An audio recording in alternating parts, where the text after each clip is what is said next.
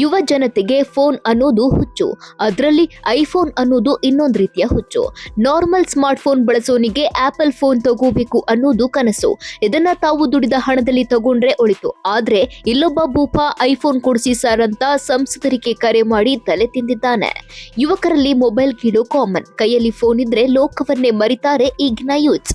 ಅದರಲ್ಲೂ ಐಫೋನ್ ಬೇಕು ಅನ್ನೋದು ಎಷ್ಟೋ ಯುವಕರ ಕನಸು. ಈ ಕನಸನ್ನ ನನಸು ಮಾಡ್ಕೊಳ್ಬೇಕು ಅಂದ್ರೆ ದುಡಿದು ತಗೊಳ್ಬೇಕು.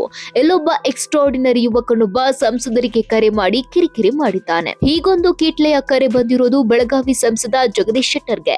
ಇತ್ತೀಚೆಗೆ ಸಂಸದ ಜಗದೀಶ್ ಶೆಟ್ಟರ್ಗೆ ಕರೆ ಮಾಡಿದ್ದ ಯುವಕನೊಬ್ಬ, ಸರ್ ನನಗೊಂದು ಐಫೋನ್ 17 ಪ್ರೋ ಮ್ಯಾಕ್ಸ್ ಕೊಡಿಸಿ ಅಂತ ಗಂಟು ಬಿದ್ದಿದ್ದಾನೆ. ಈತನ ಮಾತು ಕೇಳಿ ಸಂಸದರು ಒಂದು ಕ್ಷಣ ತಬ್ಬಿಬ್ಬಾಗಿದ್ದಾರೆ. ಯುವಕನ ಬೇಡಿಕೆ ಕೇಳಿ ಗರಂ ಆಗಿ ಫೋನ್ ಕರೆಯನ್ನ ಕಟ್ ಮಾಡಿದ್ದಾರೆ.